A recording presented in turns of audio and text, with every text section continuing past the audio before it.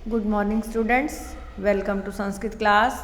बेटे आज हम एक बार चित्र वर्णम का मतलब है कि चित्र देखकर वाक्य लिखना। तो आप जब भी चित्र देखकर वाक्य लिखें तो पहले उनकी हिंदी बना लें। 2 या 3 सेंटेंस आपको लिखने हैं 2 मार्क्स के।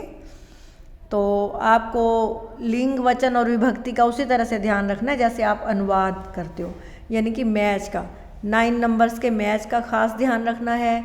बाकी आपके लेसन में जो अव्यय शब्द आए हैं या कुछ नए कर्ता आए हैं जैसे ईशय, जो प्रोनाउन वर्ड्स हैं, तो मंडे को हम दोबारा से क्लास में भी डिस्कस करेंगे इस चैप्टर को।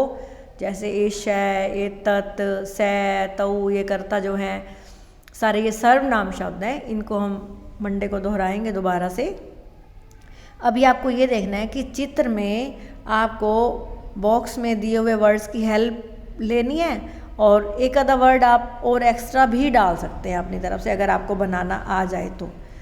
ज़्यादा नहीं है, छोटा ही है। आपको एक केज में पैरेट दिखाई दे रहा है, हिंदी में बात करें तोता दिखाई दे रहा है आपको पिंजरे में, तो आपको तोते की संस्कृत आती है और इन वर्ड से आइडिया भी लग जाता है पिंजरे की संस्कृत पंजर।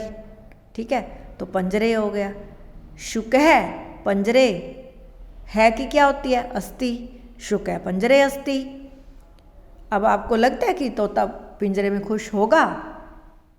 किसी को पिंजरे में बंद किया जाए क्या वह खुश होता है? नहीं होता ना। इसलिए यहाँ पे आपको बॉक्स में न वर्ड दिया हुआ है। शुक है दोबारा यूज़ कर लेंगे, पंजरे शुक है प्रसन्न है न अस्ति, या शुक है की जगह पे आप सै भी लगा सकते हो अपनी तरफ से, सै प्रसन्न है न अस्ति, वो खुश नहीं है।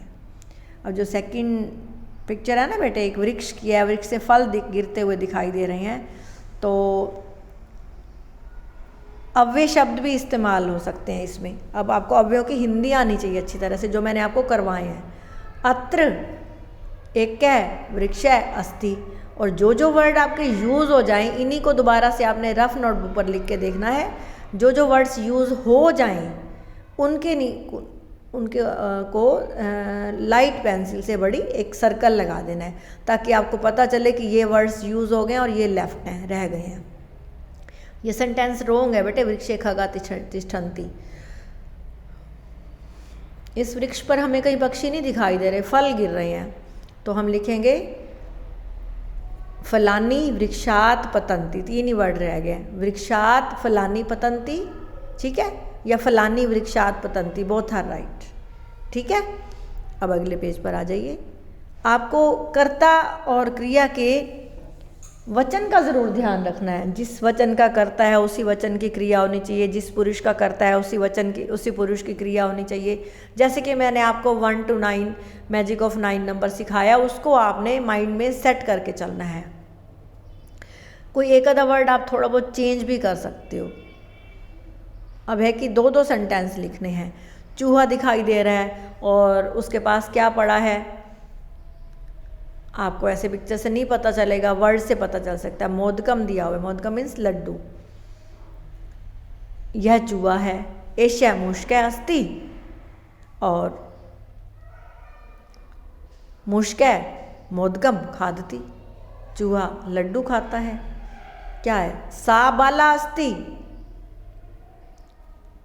एषा बाला अस्ति, यह एषा का जो शब्द रूप है एतत् का, आप मंडे को आओगे ना तो ब्लैक बोर्ड पे कंपेयर करके आपको एक बार सिखाऊंगी सामने से। एषा बाला अस्ति, यह बालिका है। सा लिखती, वह लिखती है। 2 सेंटेंस लिखने हैं।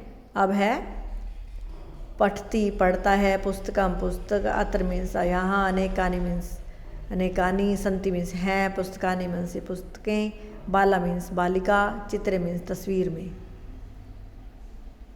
ठीक है, क्या लिखा हुआ है, चित्रे अनेकानि पुस्तकानि सन्ति।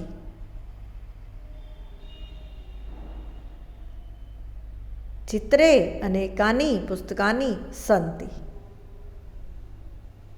अत्र बाला पुस्तकम पठती, लड़की पुस्तक पढ़ रही है।